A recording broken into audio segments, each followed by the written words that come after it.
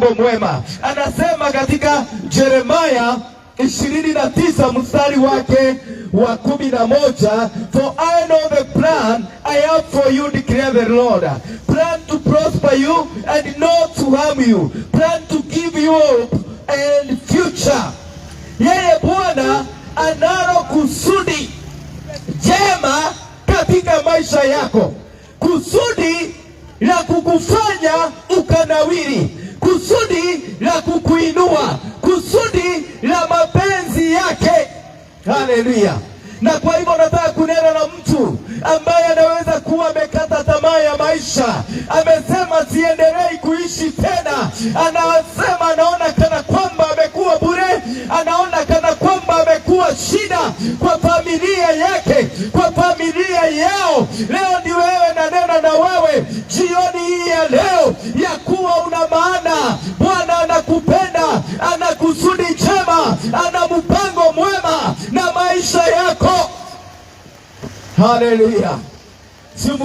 Simkubalie Bwana katika maisha yako, ukaone makusudi ya Bwana, ukaone mapenzi ya Bwana, ukaone jinsi atakavyotenda katika maisha yako.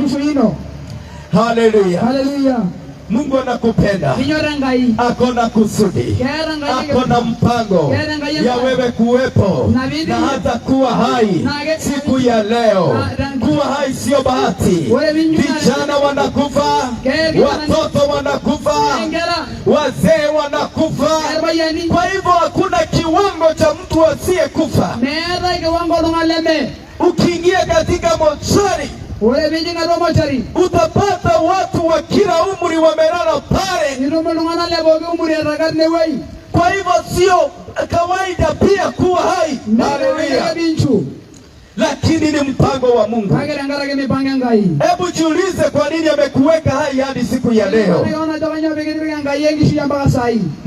Jiulize kwa nini mzima hadi siku ya leo. Kwani wale waliolala ni nini walichofanya? Walikuwa wabaya sana kukuliko?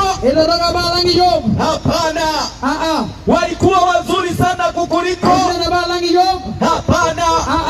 Lakini ni muda wao uliisha wakuwa hapa duniani.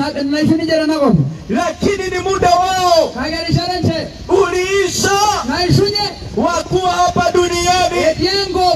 Sasa jiulize, wakati muda utakapofika kama huo, utakuwaje? Lakini tunaye mmoja anayetuwekea hakikisho, anatuelezea ya kwamba yeye ndiye uhai, yeye ndiye uhai wa milele. Yesu mwana wa Mungu. Ningependa tukaweze kusoma katika Yohana. Tusome katika Yohana. Ni 11. 11. Yohana tutasoma. Na hii Yohana 11 inaongea kuhusu, ukianzia pale mstari wa kwanza, basi Biblia inasema hivi ya kuwa kuna mtu mmoja jina lake alikuwa wacha nikaweze kusoma. Basi mtu mmoja alikuwa hawezi, Lazaro wa Bethania, mwenyewe